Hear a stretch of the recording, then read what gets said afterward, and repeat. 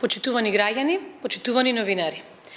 Ребалансот на буџетот за 2020 година обезбедува силна поддршка за справување со здравствените, но и економските последици од коронавирусот. Со ребалансот се обезбедуваат средства во висина од 54 милиони денари за награда на сите здравствени работници кои се вклучени во третманот на пациентите заболени од коронавирусот.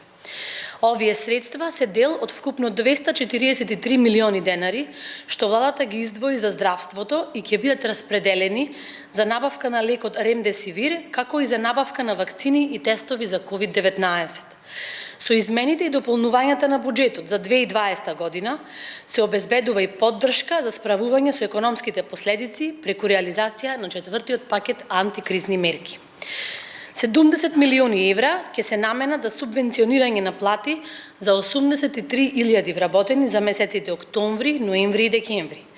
27,6 милиони евра ќе се обезбедат за домашни платежни картички од по 6.000 денари кои ќе завршат кај 283.000 граѓани. Овој ребаланс е важен за зајакнување на здравствениот систем и за поддршка на работните места и економијата. Затоа, сите пратеници да покажат одговорност и заедно да ги донесеме измените и дополнувањата на буџетот за 2020 година.